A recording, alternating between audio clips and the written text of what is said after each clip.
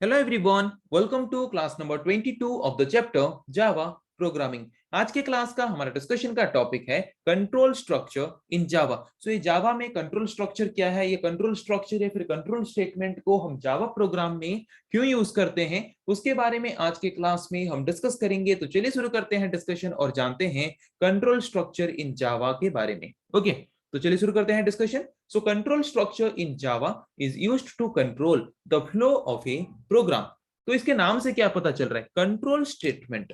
जिस तरह के स्टेटमेंट को यूज करके हम हमारे जावा प्रोग्राम में जो भी स्टेटमेंट्स हैं उन स्टेटमेंट्स को हम कैसे एग्जीक्यूट करें, मतलब एक पर्टिकुलर जावा प्रोग्राम में जो हमारा एग्जीक्यूशन है उस पर्टिकुलर एग्जीक्यूशन का फ्लो कैसा होना चाहिए, उसको डिसाइड करने के लिए हम जिस तरह के स्टेटमेंट को यूज करते हैं उस तरह के स्टेटमेंट को हम बोलते हैं कंट्रोल स्टेटमेंट और कंट्रोल स्ट्रक्चर।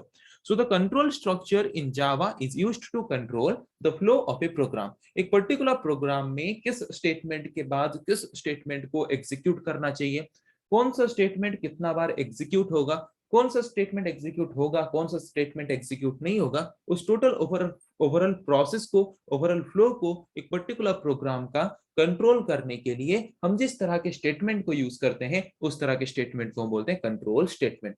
मतलब जो स्टेटमेंट हमारे प्रोग्राम के फ्लो को कंट्रोल करता है वो है control statement.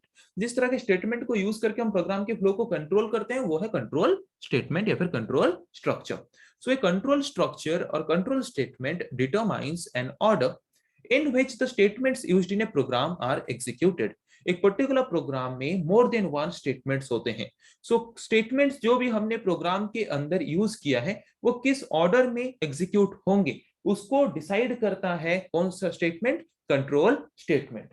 Okay, so by using control statement we can determine or we can decide that in which order the statements used in a program are executed। एक particular program में हमने जितने भी स्टेटमेंट्स को लिया है उन स्टेटमेंट्स को हम किस ऑर्डर में एग्जीक्यूट कर सकते हैं, मतलब किसके बाद किस स्टेटमेंट को एग्जीक्यूट कर सकते हैं, सेम टाइप ऑफ स्टेटमेंट को कितना बार एग्जीक्यूट कर सकते हैं, या फिर कौन सा स्टेटमेंट हम एग्जीक्यूट कर सकते हैं, कौन सा स्टेटमेंट हम एग्जीक्यूट नहीं कर सकते, उसके ओवरऑल फ्लो को कंट्रोल करता है जिस तरह का स्टेटमेंट, उस तरह के स्टेटमेंट को हम बोलते हैं कंट्रोल स्टेटमेंट। ओके, सो ये जावा प्रोग्राम कंटेन्स क्लासेस। एक पर्टिकुलर जावा प्रोग्राम क्लासेस को लेके बनता है और हर एक क्लासेस के अंदर कुछ मेथड्स या फिर कुछ फंक्शंस होते हैं और हर एक फंक्शंस के अंदर कुछ कुछ स्टेटमेंट्स होते हैं और उन स्टेटमेंट्स को हम क्या करते हैं, कंपाइलर के द्वारा एग्जीक्यूट करते हैं। तो उन मेथड्स के अंदर जो स्टेटमेंट्स होता है उन स्टेटमेंट्स को हमें कैसे एग्जीक्यूट करना है, उसके फ्लो को कंट्रोल करने के लिए उस मेथड के अंदर हम जिस तरह के स्टेटमेंट को यूज करेंगे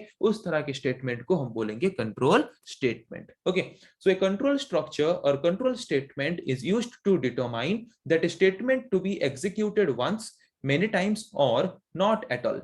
एक पर्टिकुलर कंट्रोल स्टेटमेंट को हम यूज क्यों करते हैं एक पर्टिकुलर प्रोग्राम के अंदर, ये डिटरमाइन करने के लिए कि उस पर्टिकुलर प्रोग्राम में एक पर्टिकुलर स्टेटमेंट को हम एक बार ही एग्जीक्यूट करना चाहते हैं या फिर मेनी टाइम्स एग्जीक्यूट करना चाहते हैं या फिर बिल्कुल एग्जीक्यूट ही नहीं करना चाहते। ये डिसाइड हम किस तरह के स्टेटमेंट को लेके कर सकते हैं, कंट्रोल स्टेटमेंट को लेके। ओके, कंट्रोल स्टेटमेंट हमारे प्रोग्राम के ओवरऑल फ्लो को क्या करता है, कंट्रोल करता है। ओके, कि एक पर्टिकुलर प्रोग्राम में जो स्टेटमेंट्स हैं वो एक बार एग्जीक्यूट होगा कि मेनी टाइम्स एग्जीक्यूट होगा कि बिल्कुल भी एग्जीक्यूट नहीं होगा। So different type of control structures are there, different type of control statements are there which is supported by Java।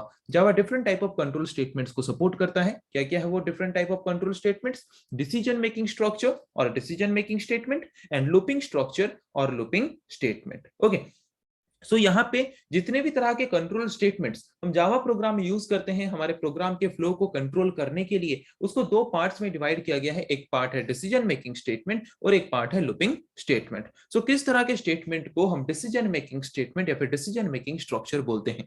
Decision making, तो आप जिस तरह के स्टेटमेंट में डिसीजन मतलब कुछ कंडीशंस को लेके डिसाइड करते हो कि अगर वो कंडीशन ट्रू है और उसके अंदर जो स्टेटमेंट्स हैं उसको हम एग्जीक्यूट करेंगे, अदरवाइज एग्जीक्यूट नहीं करेंगे, उस तरह के स्टेटमेंट्स को हम बोलते हैं decision making statement. Simple terms में अगर बोलें, जिस तरह के स्टेटमेंट्स में हम कुछ कंडीशंस को लेके क्या करते हैं, प्रोग्राम के फ्लो को कंट्रोल करते हैं, उस तरह के स्टेटमेंट्स को हम बोलते हैं decision making statements. Okay, so decision making structures have one और मोर कंडीशंस। मैंने बोला जिस तरह के स्टेटमेंट्स में हम कंडीशंस को लेके प्रोग्राम के फ्लो को कंट्रोल करते हैं, उस तरह के स्टेटमेंट्स को बोलते हैं decision making statements. So decision making structures have one or more conditions to be tested by the program along with a statement or statements. Okay, तो यहाँ पे डिसीजन मेकिंग स्ट्रक्चर्स में क्या होता है, एक या फिर एक से ज्यादा कंडीशंस होते हैं जिनको हम प्रोग्राम में एग्जीक्यूट करते वक्त टेस्ट करते हैं, जिस पर्टिकुलर कंडीशन वाले स्टेटमेंट के अंदर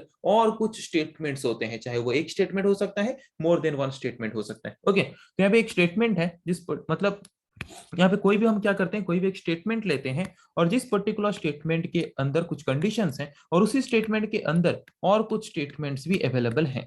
ओके, तो ये स्टेटमेंट्स एग्जीक्यूट कब होंगे, अगर इस पर्टिकुलर कंडीशन, जो कंडीशन यहाँ पे दिया गया है, ये कंडीशन अगर ट्रू होगा तो उसके अंदर जो स्टेटमेंट्स हैं वो स्टेटमेंट्स एग्जीक्यूट होंगे, और अगर ये कंडीशन फॉल्स होगा तो उसके अंदर जो स्टेटमेंट्स हैं वो स्टेटमेंट्स एग्जीक्यूट नहीं होंगे। ये इस तरह का डिसीजन मेकिंग स्ट्रक्चर या फिर डिसीजन मेकिंग स्टेटमेंट है। Okay, so the decision making structure have one और मोर कंडीशंस। डिसीजन मेकिंग स्टेटमेंट्स एक इस तरह का कंट्रोल स्टेटमेंट है जिस तरह के स्टेटमेंट्स में हम एक या फिर एक से ज्यादा कंडीशंस को यूज करते हैं और उन कंडीशंस को टेस्ट करते हैं। ओके, उस तरह के डिसीजन मेकिंग स्टेट मतलब उस तरह के कंट्रोल स्टेटमेंट में, और जहां पे कंडीशन ट्रू होगा उसके अंदर जो एक या फिर एक से ज्यादा स्टेटमेंट्स होंगे वो स्टेटमेंट्स एग्जीक्यूट होंगे, बट अगर ये कंडीशंस फॉल्स हो जाएंगे तो उसके अंदर जो स्टेटमेंट्स हैं वो स्टेटमेंट्स एग्जीक्यूट नहीं होंगे। इस तरह के स्टेटमेंट, इस तरह के कंट्रोल स्टेटमेंट को हम बोलते हैं decision making statement. So decision making statement या फिर डिसीजन मेकिंग स्ट्रक्चर को हम कंडीशनल स्टेटमेंट्स भी बोल सकते हैं, क्योंकि अब हम कंडीशंस को यूज करके इस तरह के स्टेटमेंट को रिप्रेजेंट कर रहे हैं। अगर वो कंडीशन सही होगा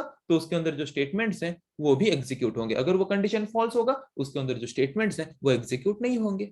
ओके, मतलब ये कंडीशंस को बेस करके हमारे प्रोग्राम के फ्लो को कंट्रोल कर रहा है, इसीलिए हम इस तरह के स्टेटमेंट्स को कंडीशनल स्टेटमेंट्स या फिर डिसीजन मेकिंग स्टेटमेंट्स या फिर सिलेक्शन स्टेटमेंट्स भी बोल सकते हैं। So there are different type of decision making statements are there. If statement, nested if statement, if else statement, if else if ladder statement and switch statements. So ये different type of जो आप देख रहे हो यहाँ पे 5 तरह के अलग अलग तरह के डिसीजन मेकिंग स्टेटमेंट्स हैं। इन डिसीजन मेकिंग स्टेटमेंट्स को लेके हम क्या कर सकते हैं, कुछ कंडीशंस को अप्लाई करके, कुछ कंडीशंस को प्रोवाइड करके वहां पे हमारे प्रोग्राम के फ्लो को कंट्रोल कर सकते हैं। कंडीशन अगर ट्रू होगा एग्जीक्यूट करेगा स्टेटमेंट को, कंडीशन अगर फॉल्स होगा तो एग्जीक्यूट नहीं करेगा स्टेटमेंट्स को। ओके, सो ये तो एक रहा एक तरह का कंट्रोल स्टेटमेंट, जिस तरह के कंट्रोल स्टेटमेंट्स में हम कंडीशंस को बेस करके क्या करते हैं, हमारे प्रोग्राम के फ्लो को कंट्रोल करते हैं, जिस तरह के कंट्रोल स्टेटमेंट को हम डिसीजन मेकिंग स्टेटमेंट या फिर कंडीशनल स्टेटमेंट बोलते हैं, क्योंकि यहाँ पे कंडीशंस को बेस करके वो क्या करता है, प्रोग्राम के फ्लो को कंट्रोल करता है। और एक तरह का कंट्रोल स्टेटमेंट है, जिस तरह के कंट्रोल स्टेटमेंट को हम बोलते हैं लूपिंग स्टेटमेंट या फिर looping structure. Okay, so there may be a situation when we need to execute a block of statements several or multiple number of times. ऐसा सिचुएशन आ सकता है प्रोग्राम के अंदर कि सेम ब्लॉक ऑफ स्टेटमेंट, मतलब एक स्टेटमेंट या फिर more than one group of statements को मुझे, सेम ब्लॉक ऑफ स्टेटमेंट्स को, सेम ग्रुप ऑफ स्टेटमेंट को मुझे multiple number of times execute करना पड़े। तो वहां पे मैं अगर उसको बार बार मल्टीपल नंबर ऑफ टाइम्स लिखूंगा, अगर मुझे सेम ब्लॉक ऑफ स्टेटमेंट को 50 बार एग्जीक्यूट करना है तो उसको अगर मैं 50 बार लिखूंगा तो मेरा प्रोग्राम क्या होगा, बहुत ही लेंदी होगा। ओके, तो जैसे कि हम जानते हैं इन जनरल जावा प्रोग्राम में जो भी स्टेटमेंट्स होते हैं वो स्टेटमेंट्स सीक्वेंशियली एग्जीक्यूट होते हैं, मतलब उस पर्टिकुलर फंक्शन के अंदर जो फर्स्ट स्टेटमेंट है वो फर्स्ट स्टेटमेंट क्या होगा, वो फर्स्ट स्टेटमेंट पहले एग्जीक्यूट होगा, उसके बाद सेकंड स्टेटमेंट एग्जीक्यूट होगा, उसके बाद थर्ड स्टेटमेंट एग्जीक्यूट होगा, वैसे एग्जीक्यूट होते होते जाएंगे सीक्वेंशियली एक पर्टिकुलर जावा प्रोग्राम के अंदर जितने भी स्टेटमेंट्स हैं। ओके, तो यहाँ पे हम लूप स्टेटमेंट को या फिर लूपिंग स्ट्रक्चर या फिर लूपिंग स्टेटमेंट को क्यों यूज करते हैं, a loop statement allows us to execute a statement or group of statement multiple number of times. अगर हम चाहते हैं कि कोई भी एक ब्लॉक ऑफ स्टेटमेंट हम multiple number of times execute करें एक ही बार लिख के, तो वो पॉसिबल हो सकता है किस तरह के कंट्रोल स्टेटमेंट को यूज करके, लूपिंग स्टेटमेंट या फिर लूपिंग स्ट्रक्चर वाले कंट्रोल स्टेटमेंट को यूज करके हम क्या कर सकते हैं, एक पर्टिकुलर ब्लॉक ऑफ स्टेटमेंट को या फिर ग्रुप ऑफ स्टेटमेंट को एक ही बार लिख के प्रोग्राम के अंदर मल्टीपल नंबर ऑफ टाइम्स क्या कर सकते हैं, एग्जीक्यूट कर सकते हैं।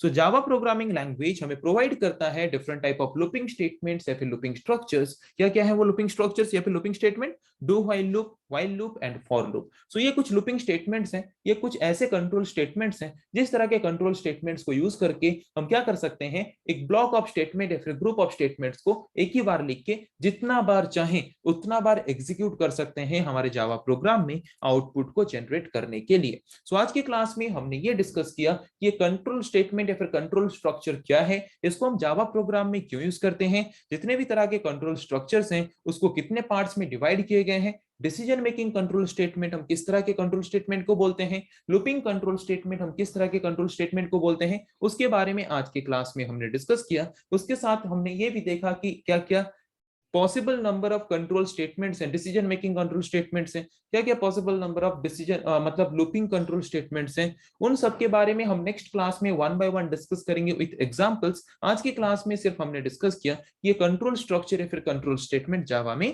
क्या होते हैं। सो आई थिंक आज के क्लास में जिस पर्टिकुलर टॉपिक के बारे में हमने डिस्कस किया आप लोगों को समझ आ चुका है। सो नेक्स्ट क्लास में हम डिस्कस करेंगे ऐसे और कुछ टॉपिक के बारे में। आज के लिए इतना ही। Thank you.